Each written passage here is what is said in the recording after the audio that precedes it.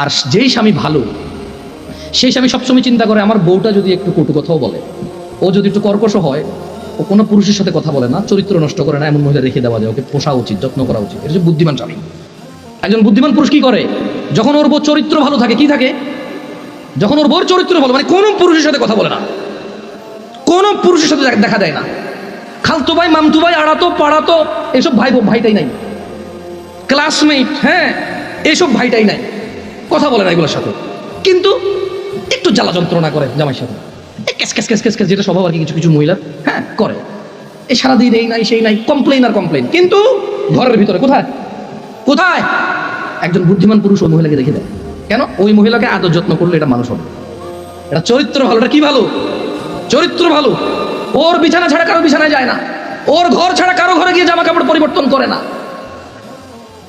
এটা বুদ্ধিমান পুরুষ।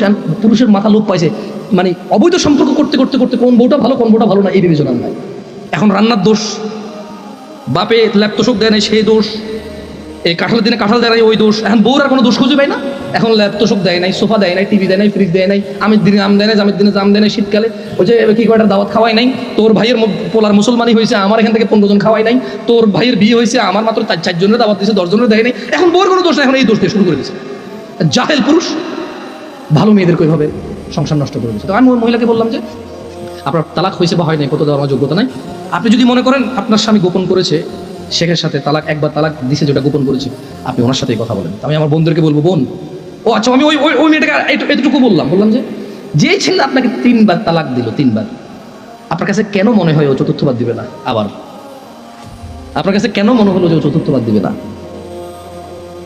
আর এই তো আপনি এই স্বামী ছাড়া থাকতে পারবেন না, আপনার একটা বাচ্চা আছে, কেন আপনি স্বামীর সাথে এমন ব্যবহার করলেন যে ও তালাক পর্যন্ত গিয়ে বোঝালো? ওর উপায় কি? ওই বেচারার উপায় কি? ধরলামও খারাপ, ওর চেয়ে নিকৃষ্ট পুরুষ আর এই পৃথিবীতে আমি ধরে নিলাম। আপনি যদি ওর সাথে এমন ব্যবহার করেন যে ও তালাক দেওয়া ছাড়া রেখে উপায় নাই, একটা ঘরে আগুন লেগে গেছে, বের হবে না মানুষ বের হবে না? এই দরজা বন্ধ, সেই দরজা বন্ধ, সেই দরজা বন্ধ, জানালা দিয়ে হলে তো মানুষ বের হবে না? তা আপনি এমন এক সংসারের মধ্যে কেরেঙ্গাল লাগাই দিয়েছেন, কিচ্ছা কাহিনী লাগাই দিয়েছেন, এমন এক অশান্তি লাগাই দিয়েছেন, ও তালাক ছাড়া বেরোতে পারছে না।